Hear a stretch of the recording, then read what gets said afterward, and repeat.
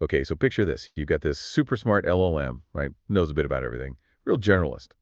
But now you need it to be like amazing at something specific, maybe coding, maybe finance, whatever.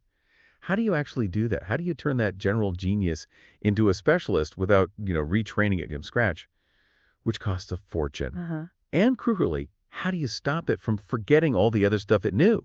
That's the big fear, right? Catastrophic forgetting. That's absolutely the core tension. You push for new skills, but you risk losing the broad knowledge that made the model useful in the first place.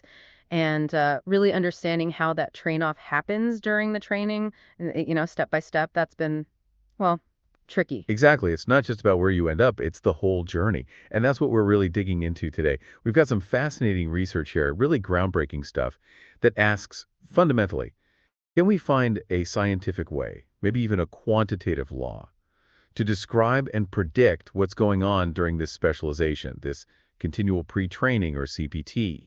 Right. Our goal here is to unpack the, let's say, academic innovation, this new model they've developed for CPT dynamics. And we want to pull out the key insights it gives us for managing that balance, new skills versus old knowledge, give you a clearer picture of the science underneath it all. Okay, sounds good. So let's set the scene first. What exactly is CPT? What are the basics we need to know? So, continual pre-training at its heart is taking a big pre-trained LLM one that's already seen a massive general data set. Let's call that D dollar. Okay, the original training data. Exactly. And then you continue training it, feeding it a new, more specific data set without starting over. The main reason, efficiency. It saves a ton of compute compared to training from zero on your specific domain. You're leveraging that initial foundation. Makes sense. Leverage the giant pre-training effort, but then there's that forgetting issue you mentioned. Right, that's the challenge. Catastrophic forgetting. As the model gets better on the new data, its performance on tasks related to the original data often degrades. And the way this research tracks that is using validation loss.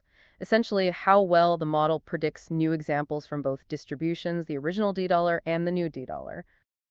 And I'm guessing the typical pattern is loss goes down for the new stuff, indie dollar, but it goes up for the old stuff. That's exactly the trade-off you usually see, an inverse relationship. But it crucially, a lot of earlier work just looked at the end result, after CPT finished. This research wanted to map the whole process. They were asking, can we actually find a predictable law here, one that holds up across different settings? And can we track performance throughout CPT, not just the final snapshot? Okay, tracking the entire curve, not just the destination. So what did they observe when they started doing that? Did a clear pattern emerge? Yes, and this is their core observation, really finding one. They started thinking about these two sort of hypothetical paths. Imagine one path where the model just kept training on the original D dollar data using the same learning rate plan as the CPT phase. Okay, just continuing the original training trajectory. Right. And the other hypothetical path is, what if you trained a model from scratch only using the new D dollar data? Got it. Sticking with the old versus starting fresh on the new. Exactly. And what they found, finding one, is that the actual loss curve during CPT acts like a transfer curve. It starts off looking very much like that hidden D dollar curve, but as it sees more and more D dollar data, it smoothly transitions, moving towards the hidden D dollar curve. Huh. So it's like it's actually switching tracks, moving from one underlying dynamic to another. Precisely. And they gave a name to the difference between the actual CPT curve and that initial hidden D dollar curve. They called it the distribution shift. It literally measures how much the new data's distribution pulls the model away from its original track. The bigger the difference between D dollar and D dollar, the bigger the shift. Wow. Okay. That's a really neat way to frame it. Not just learning, but a measurable transfer. So the big step then was turning this observation into a quantitative law. That's the core innovation. That's exactly it. The real academic breakthrough is their CPT scaling law.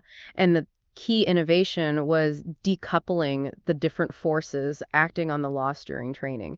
They figured out they could break down the total loss at any given training step, LT dollar, into two main components that capture distinct effects. T coupling, like separating out the influences. Yes, so the first part, let's call it L dollar. This accounts for how the loss changes just because of the learning rate schedule itself. Think of it like this. The learning rate plan determines how fast you learn when you slow down. This component captures the loss change purely from that optimization process, integrating the history. It involves these concepts they term forward area and annealing area.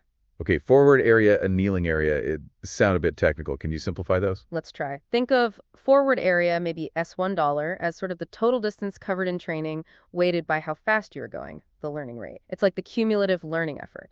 And annealing area, S2 captures the cumulative benefit you get from slowing down the learning rate over time. Annealing helps the model settle into better solutions. So S2 measures how much of that settling potential has been used up, considering both the original pre-training and the new CPT phase. Okay, so L-baller tracks lost changes due to just the training mechanics, how far you've gone and how much slowing down has helped convergence.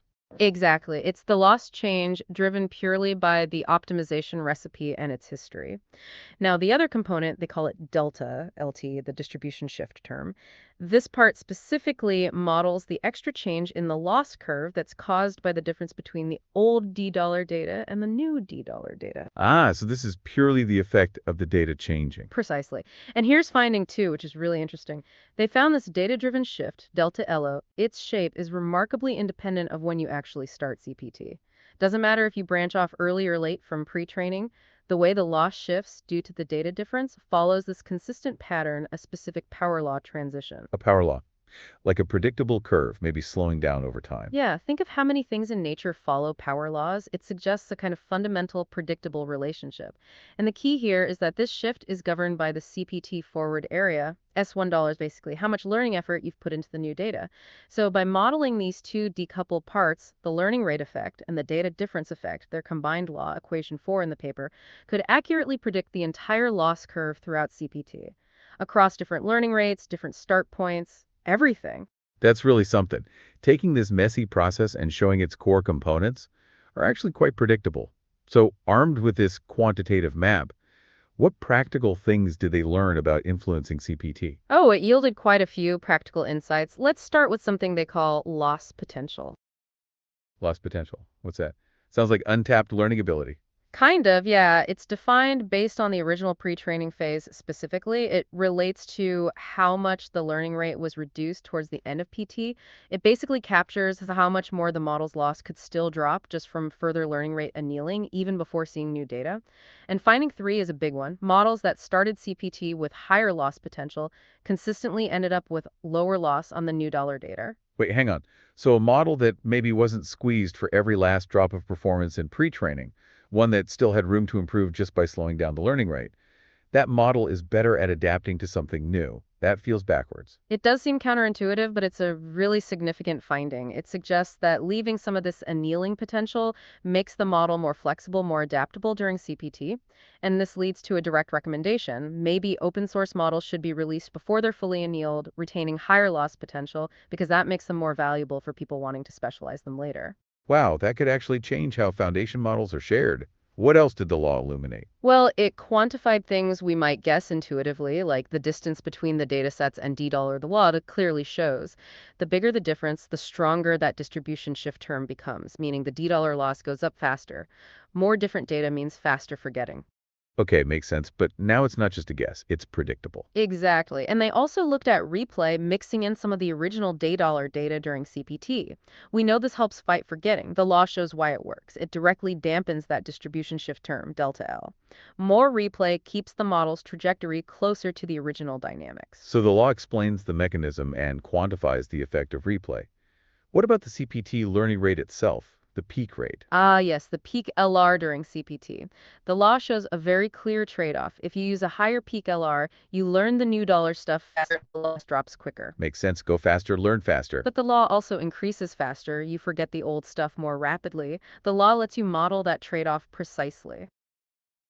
Always comes back to balancing those two, doesn't it? And the duration, how long you train for CPT, must matter too. It does, and finding four adds a really fascinating wrinkle, especially regarding the old knowledge, the $D loss.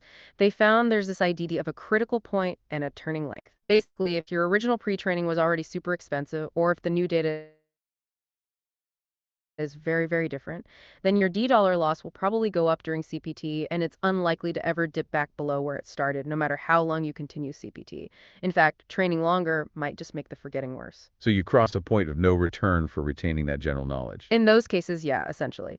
But if the original pre-training was maybe less thorough or the new data isn't that different, the D dollar loss might go up initially.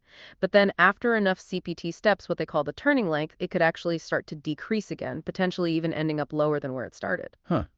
So just training longer isn't always better for keeping the old skills and can even hurt. That's a really practical point. Definitely, it shows you need to be strategic about CPT duration based on the context. Okay, so this law gives us a much clearer picture. How can people actually use it in practice? Well, the most direct use is for quantitative optimization. Since the law predicts both the d-tidal loss curves based on hyperparameters like loss potential, peak LR, replay, steps, you can define your desired trade-off. Like, I'm willing to accept this much increase in ID dollar loss if I can get that much decrease in the ID dollars. Exactly that. You set your objective function, and then you can use the law to calculate the optimal settings for your hyperparameters to hit that target. It turns tuning from guesswork into something more like engineering. That could save a huge amount of trial and error compute. What about performance on data that isn't exactly a D-tire or, out of domain OD data? Good question. The main law applies to D-tire and D-tower, but finding so offers a really neat solution for OD data. They found that the loss on an OD dataset can be predicted surprisingly well as just a linear combination of the D-tire loss and the D-tower loss. A linear combination, you mean like a weighted average, reflecting how much the OB data resembles the old versus the new training data? Precisely. The weights tell you if the OD data is more D-like or D-dollars-like.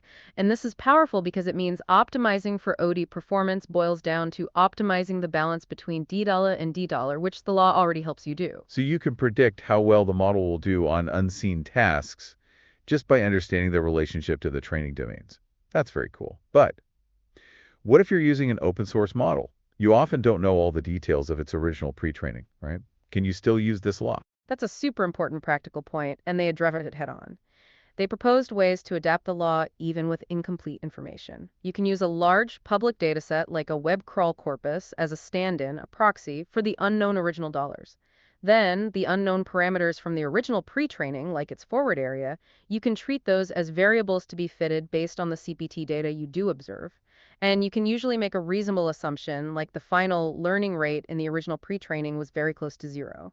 Okay, so you use proxies and fit some parameters. Does that actually work in the real world? Apparently, yes. They tested this adapted method on LMA 3.2-1B using a standard dataset like Red Pajama as the proxy dollars, and the experiment showed they could still accurately fit and predict the CPT loss curves for this real model even without knowing its full history. That's huge for practical application. Yeah, that makes it much more than just a theoretical exercise.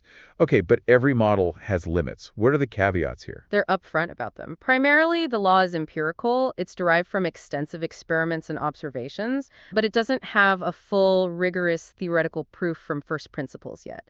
And while they did scale up experiments, they haven't validated it on the absolute largest models out there, the 70B parameter giants or even bigger. So it's a very effective empirical model based on current scales, but maybe not yet a universal mathematical theorem. You could put it that way, but even with those caveats, the significance is really high. This gives us a quantitative way to look at CPT that we just didn't have before. It lets us understand, predict, and actually manage the dynamics during the process, not just hope for a good outcome at the end. It tackles that core specialization versus forgetting tension head on. Right, so pulling it all together, what's the main message for someone listening? I think the key takeaway for you is that this research gives us a much sharper mathematical lens to look through when we're specializing these big language models. It demonstrates that the interplay between data differences and training strategies, especially learning rates, isn't just chaotic. There are underlying predictable patterns, patterns we can now model, understand, and importantly, optimize. It brings more science to what often feels like a bit of an art. Absolutely. And maybe a final thought to leave you with. How could this kind of quantitative insight change the game? Could we see foundation models released with, say, a certified loss potential score, making them easier to adapt? Could researchers accurately predict the forgetting trade-off before starting a costly CPT run? What new doors open up when you can actually map the entire learning curve instead of just the starts and endpoints?